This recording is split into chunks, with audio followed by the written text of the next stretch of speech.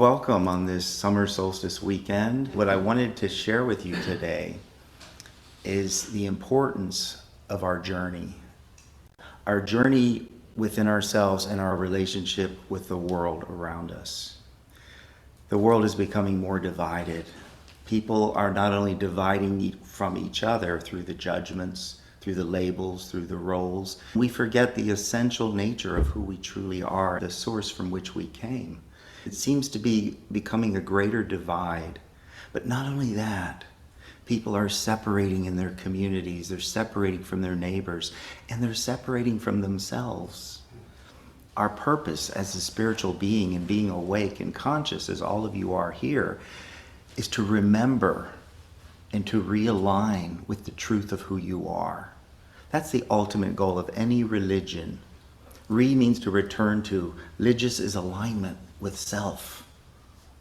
Not with rules and regulations, not with a spiritual practice that you have to do or else feel guilty, but with yourself. And that's the capital S, not just the little s. We all know that our ego self, the little s, right? Our personality, who we've become. In so many ways, how the world has crafted us into our personality. It's called the limited self. It's part of us, and it's an important part. But the capital S, the true self, our soul and spirit, is the eternal part. It's the one that functions with character and principles, that knows inherently what is good and true and right. Little children know inherently. They need to be told and conditioned because their ego is wild, but deep down they know what's good. There was once I read a book that said, in order to know something good, you must have something bad. I'm like, I don't remember eating a sour ice cream cone in order to appreciate an ice cream cone when I was a kid. I remembered, I like this, it tasted good, right? We are much more wise than we give ourselves credit for. Our journey begins in every lifetime, becomes a journey of separation and forgetting. Separating and forgetting who you are. So that one day you would make a choice. In so many ways we create contrast of what you don't want in life, so that one day you can choose to clearly define what you truly want in alignment with your soul essence, with your spiritual power and strength. That usually becomes a midlife crisis in many people's lives, where they followed all the rules, what they were told from the time they were little. They got the car, they got the job, went to school, they had kids, and they wake up and they're like, I followed all the rules. Why do I feel so empty inside? So disconnected from soul. And so we all want to build community. We all want to build connection, but it begins with connecting with our true desire and honoring who we are. And then that journey of separating and forgetting is a wake-up call generally, where people get the rug pulled out from underneath them, or they have a new opportunity to connect more deeply with themselves. Then the journey becomes a journey of remembering and reuniting with who you truly are. That's where the empowered journey begins. Each of us have that choice. Who am I going to be today? Am I going to be the product of my past? Am I going to be the conditioning, the personality, the ego that has identified with what it's done and what it has? And am I going to forget who I am? What does that mean? I've talked to people in different places and throughout my working with clients one-on-one through the last 35 years. But more importantly, what people recognize is they identify with what their ego has experienced. Oh, Michaiel, I know who I am. I'm an alcoholic, codependent, schizophrenic, bipolar. I'm like, no, you're not. Those are things you might have experienced. Yes, you might have a sensitivity to alcohol. These might be conditions, but give yourself some credit. Expand beyond that as this amazing and beautiful spiritual being. Because when we begin to reunite with our true self, the capital S, it takes the sharp edge off of loneliness. It doesn't eliminate it, because we're human. We have a human nature, and we have an ego that feels separate. We also have a part of us that feels the connection, the oneness. Why you come to these groups, why you hang out in different communities, and why you meditate and pray and the different things you do is it helps you to reestablish the truth of who you are and remembering the connection. One thing I find is interesting that has helped me on my journey is my relationship to the divine as I perceive it outside of time and space. There's just the oneness of all that is pure love that does know nothing else but love.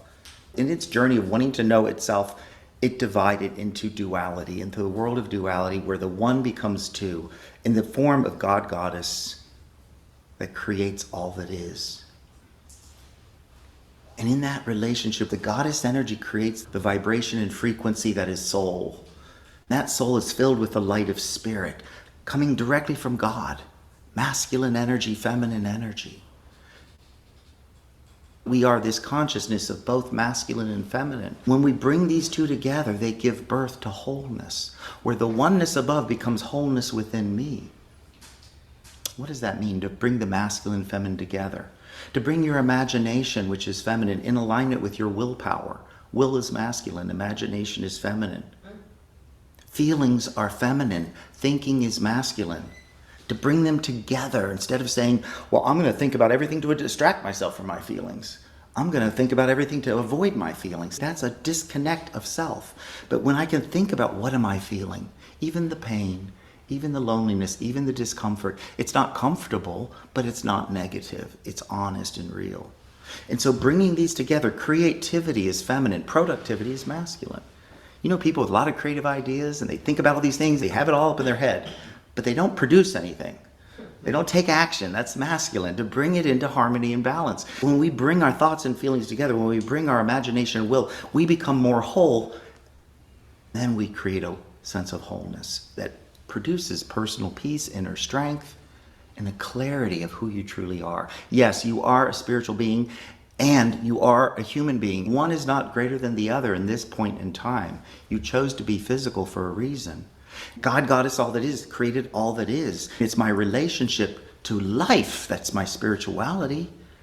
It's not something I do once a week. It's not something I just go up to the mountains to get away from this awful, horrible world so that I can finally have some spiritual time to myself. As we began our quest as a humanity, where did we first discover divinity? Our concept as very ancient civilizations, where did we discover the divine? It was in the earth. It was what provided us with everything, the food, the water, everything we needed. So it was Mother Earth. It was the pagan religions, the goddess energy, the original energy that gave birth to God, because she wanted to work together. And it's that God is in the earth beneath me. And then years and we evolve and philosophies come along, and then Christianity says, no, not this ugly, horrible world. No. God is above us. Sin is in the world, right? God is above us now, looking down and judging our genitals most of the time to see what we're up to with them, according to many religions out there. Religions made in the likeness and image of man, not in the likeness and image of the divine. But then we decided, people started waking up in the 50s and 60s and 70s, and they started saying, no, God, goddess is within me. No, it's not below me, it's not above me, it's within me. And that was a big revelation, and that is true. All three of them are true. God, goddess is within the earth, the mineral, the plant, the animal. It's within the universe and the heavens and beyond. And it's within you and within everyone else. So my spirituality is my relationship with life. Is it one of fear and control and domination? Or is it one of love and openness and recognizing the capital S within everyone that you come in contact with? That's what the world needs, is a collective remembrance. Not divide and judge and create a hierarchy of who's acceptable and who's replaceable. But we have to begin within our own consciousness, within our own world. I'm not saying we're going to change the world overnight, but change your personal world. If you're feeling isolated and lonely and disconnected, begin with yourself. It always begins with ourselves. It's not about where do I go to the right places, where do I find the right like-minded people. That will happen naturally when you get in alignment with what you want and know what you want and choose to connect rather than put up walls. And so much of the walls that I've discovered in my working with clients and in my men's discussion group that I've been doing here for many years is that they have a wall of unworthiness because of our ego's identity. When you can discover the true identity of your soul, you can realize you're inherently valuable. God, goddess, all that is, doesn't make junk. You are unique. You're an asset to the world. To feel that, Instead of going out to what can I get from people, what can I give? That's when the healing takes place. Yes, God is below us, above us, within us, and more importantly, more correctly, we are within the divine. We are a cell in the body of consciousness called divinity. And am I going to become a cancerous cell? It's my free will choice to be in harmony or to turn my back. And that's the path we all are on.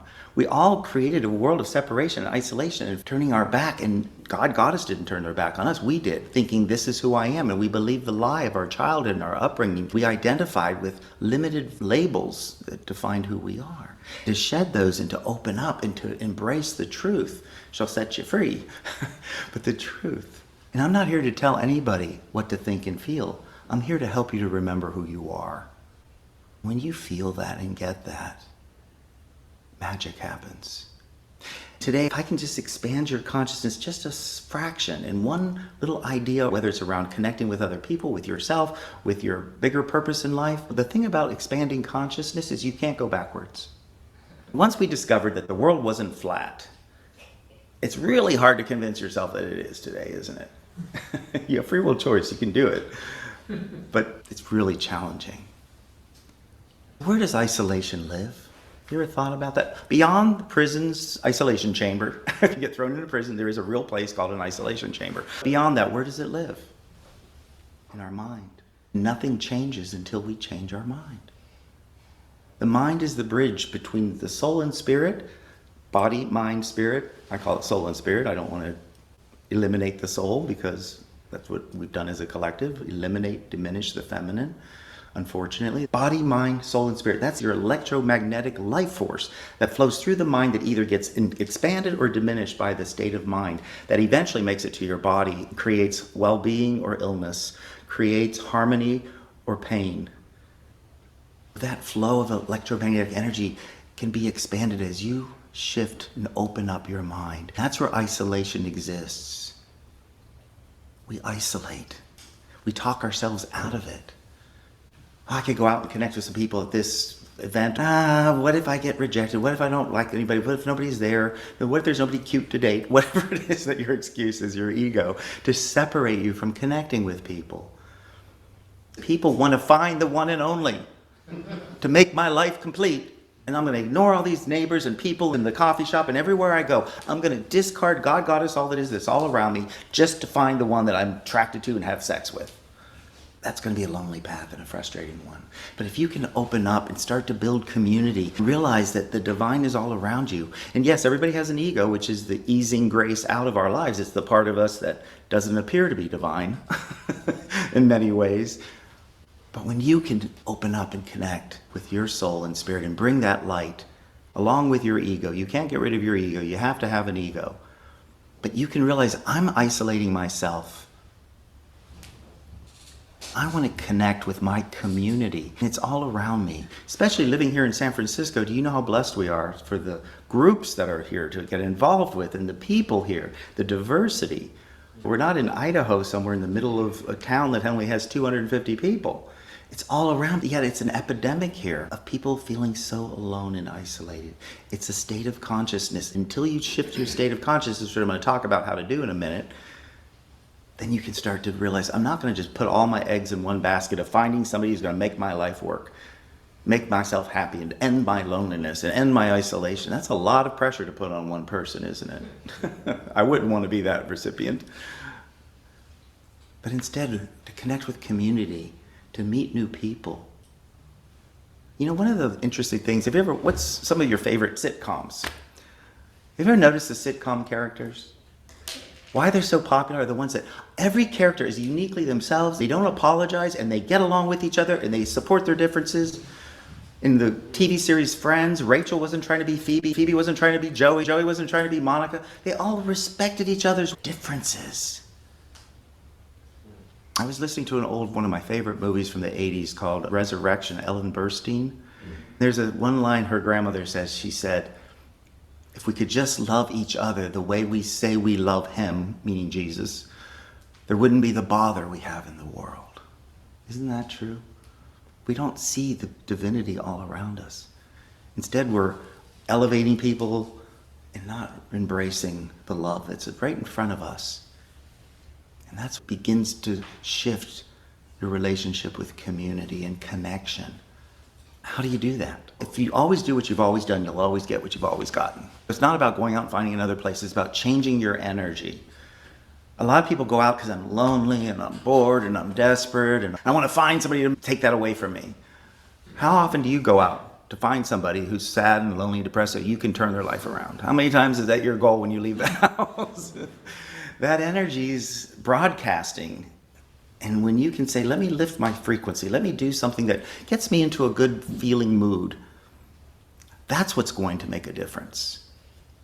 That's what's going to make a difference. I can be myself. I don't have to give up myself to fit into this clique or this group. If I don't honor myself and value myself, no one else will. We reject ourselves oftentimes.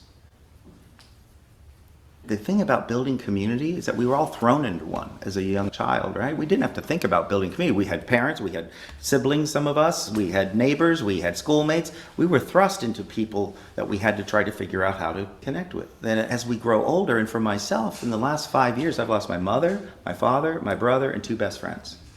That's a lot of grief. And the last 2 were recently, this past year. We don't realize this is something I never considered or really thought about. So now I feel like it's come to a head. I've been working through a lot of grief. Not easily. But one of the things that it teaches us is there's 2 ways to appreciate someone in our lives. Through gratitude or regret. When somebody moves on or the relationship breaks up or somebody dies, you often think of, I wish I would have told them. I wish I would have said. And we don't value and appreciate often until, with our heart closed, we end up in regret. With our heart open, we can communicate and share how much people matter to us. I encourage all of you to think of those people who are pivotal in your life, who are still around. Maybe you've lost contact, to reach out to them, to let them know how much of an influence they've had. One of my dear friends, Tom, he lived in Fort Lauderdale, and he'd been on my mind. I got back from a big trip in December. In January, was going to the celebration of life of my other friend who passed in Florida. It was early February that Tom just kept popping into my mind. We hadn't chatted since we texted each other on New Year's Eve, Happy New Year's. Finally, I texted him and said, hey, Tommy, how's it going? It's been a while, let's connect. And he goes, not well, I'm in the hospital. And I've been here since, I think it was January 5th. And this is like middle of February. I'm like, what the heck? So I picked up the phone, we started chatting. I knew he had heart problems over the years, but his heart was shutting down. They were going to try to get a transplant. That didn't work out because his kidney started shutting down, and he was shutting down. He said, Michaiel, and he's very spiritual. We met when I was 25, not that long ago. We met in Fort Lauderdale. We became friends, and he taught me so much, and he's such a beautiful soul. And I told him that on the phone that day because he said, I'm in palliative care. He goes, I'm ready to move on. I'm tired of this craziness in this world. He goes, I'm too tired to fight. I'm ready to move on. I said, I get it. I said, I really get it. We talked about the elephant in the room, about him transitioning. It was one of the most poignantly beautiful, sad conversations I've ever had. I don't know if it's weird to put beautiful in with sad, but it was real. I told him how much he mattered and how he changed my life. I told him every time I'd come visit him, how people would light up when he would walk into the room. We'd go out to a restaurant. He was so loved by his community. We had this amazing talk. Short but powerful, and I expressed exactly how I felt. That was on Thursday. Saturday, I went to a friend's birthday party up in Twin Peaks. I'm up there and having, a lot of people I didn't know. They were his friends I had not met before. I was talking to this one gentleman. He asked me where I was from, and I said I was from Florida. And he goes, oh, I love Fort Lauderdale. The minute he said it down, I thought, oh my God, Tom's passed. Before we hung up, by the way, Tom had said, I'll send you a message. I'll send you a sign. He said, I'll save you a good space on the other side for when you come over. It was such a beautiful conversation. I'm in this party, and I just get this down. I'm like, oh my God. I looked at the time. It was like almost 9 o'clock at night. East Coast, that's almost midnight. So I just went to the bathroom, regrouped, and went back out and thought I'll deal with it tomorrow. The next day, I was resistant. I didn't want to know for sure. You ever had that? Like I procrastinated reaching out or calling or doing anything until it was like late in the afternoon. Because I was like, do I really want to know this? Yet I did know it. My soul knew it. But I did reach out. Sunday afternoon, I text him. He never responded back. Monday, I get onto his Facebook page. Sure enough, he passed Saturday evening. His partner, Cruz, who we never got along. I don't know. I think he was kind of a little jealous of Tom and I's connection, but we never really bonded. When I went to his Facebook page, I didn't even know how to reach out to him. I didn't have his phone number, but there was an instant messenger with Cruz's name there, and I clicked and I said, I'm so sorry to hear about Tom's passing. 30 seconds later, my phone rings on instant messenger, and it's Cruz. He was sobbing and in tears. I couldn't understand half of what he was saying, but I was just listening and holding space. And then I said to him, I told Tom how loved he was and how much he mattered and to the community. And he was sobbing. He goes, I know. He goes, I was in the room and he was on speakerphone. He heard our conversation. That's probably why he reached out to me. Before, we never had much conversation, but he saw the beauty and love of connection. That's been really challenging for me. But don't let regret be your form of appreciation after it's too late to do what you wish you could have done. Start opening your heart, reach out, let people know. That's how you begin to build community. You want to lift your vibration, you want to feel good, you want to lift your vibration before you go out and engage with other people. You want to do that in a way that is with an intention. Why am I going out? To end my loneliness, to be less alone, to stop watching Netflix, whatever. Well, how about to connect and to get to know somebody or to say hello to a few people? Before you even do that, I highly recommend, when you're walking around the streets, coming here today, I walked by 4 or 5 people. I'll never forget this cross guard. Maybe some of you knew her. She was at 16th and where's the school right there? Dolores. Every morning I used to commute to go to the East Bay, and I'd walk down, and she's this little Asian girl. She wasn't that old. She was probably in her 30s, I would say. But every morning I'd walk by, she'd go, good morning, how are you? Have a good weekend. She always said something. I've never forgotten her. I don't know her name. I'd always reciprocate. We'd talk back and forth. Yeah, some of you might have known her. She was a beautiful soul. And she spread the love and recognized me. And we acknowledged each other. And that's what love does. Were we going to become best friends? No.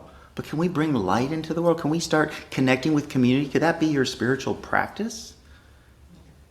To make eye contact, just acknowledge their presence and nod and smile. The minute you smile, your heart opens. That's part of the heart chakra triggers, smiling. Just acknowledge people. You'll feel less lonely. You don't have to find the one and only. And then as you do this, guess what? You're going to increase your ability to find the quote one and only, because you're going to connect with community. You're going to start meeting new people. You're going to start to appreciate difference, let go of the criticism and become more curious about people who are different. You can build your community. No one's going to do it for you. They did it for you when you were a child. Now it's up to you to do it for yourself. It's like, where do I go? What do I do? There's lots of opportunities. And what may work for you may not work for you or work for you. So it's about cultivating a way to find like-minded people in your community. Join that tennis club if you're into tennis. Go to a pottery class if you're into that. Go around like-minded people because it'll increase your chances of connection. You already have something in common. Remember, what we all have in common is we are all expressions of God, Goddess, all that is, seeking and searching to come home. We're here to help each other on that journey coming home. That's what we're here to do. The more we do that, like I said, it doesn't eliminate loneliness, but it takes the sharp edge off of it. Also, puts you in the right place at the right time to meet not only like-minded new friends, but new people that can become part of your community, and then perhaps the one and only as whipped cream on the top. These are 4 of the things that you can do. The first one, in order to connect more deeply with yourself and others, is to be open and present. To be open to life, to be open. Am I open or closed? Who am I going to be when I go to the coffee shop, when I go out to walk in the park, am I going to be open or closed? Am I going to be present, or am I going to be on my phone thinking about everybody else and ignoring everyone? You know, I got to connect. I got to take the walls down and be open and present. Be curious versus critical. I wonder why they wear that. As an example, I wonder what made them possess them to wear that today. Curiosity keeps our heart open. Criticism shuts it down. Be understanding. The ego wants to be understood. It doesn't give much time or attention to being understanding towards others who are in pain or different than you. To be understanding. To have humility. To be humble. Just because the last 20 times you went to this coffee shop, nobody talked to you, this time it can be different. That's what humility is. Willing to let each moment be brand new. Just because in the past this has happened, I'm not going to project the past onto this and shut down this situation. I'm going to be open to change. I'm going to be open to the flow. When you go out to engage with other people, have you already decided in your mind exactly what's going to happen? If so, you're the creator of your reality. Self-fulfilling prophecy. Also imagine yourself. The blueprint is in our imagination. Can you imagine yourself connecting with your community, talking to your neighbors, having friends call you, being invited to parties? Can you imagine yourself expanding your social circle? Can you embrace that and feel the joy and the love of that? Not that it's perfect, but that it's yours. And to appreciate those connections you do have. As we get older, what I've discovered, unfortunately, is people are going to transition. And that's a part of getting older. One day we all will transition. But did I let my life be a testament to my spirituality? Did I bring light into the hearts of strangers when I walked down the street? Did I see the beauty within others, or did I criticize it, shut down, and hold myself in my own personal hell? It's a choice. Isolation's in the mind. When you can shift your mind and make a new choice, yes, it's vulnerable. Yes, it's scary sometimes. That's just the personality ego that wants to be loved and accepted and approved of. It's not who you really are. You're so much more than just that. Give because it's fun to give. Well, what if they don't say hello back? That's their loss. That's fine. You did your part. Love never goes to waste. Did you know that? When you send love to somebody, even a stranger on the street, it goes into their auric frequency and vibration. It waits for them to let it in. It may not be right now. It may not be for 10 minutes, 20 years. Its energy can't be destroyed. As you send love, you're doing your part. Whether they let it in or not is not your concern. You can feel good about who you are as you share your light. Thank you all. This has been really lovely. Always enjoy being here.